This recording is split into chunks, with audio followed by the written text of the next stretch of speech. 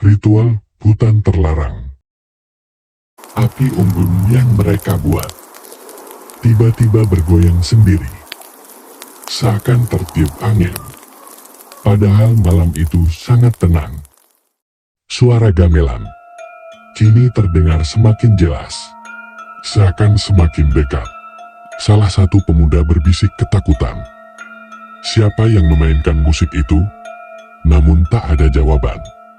Dari balik pepohonan gelap, terlihat bayangan tinggi besar, dengan mata merah menyala, mengawasi mereka. Bersambung.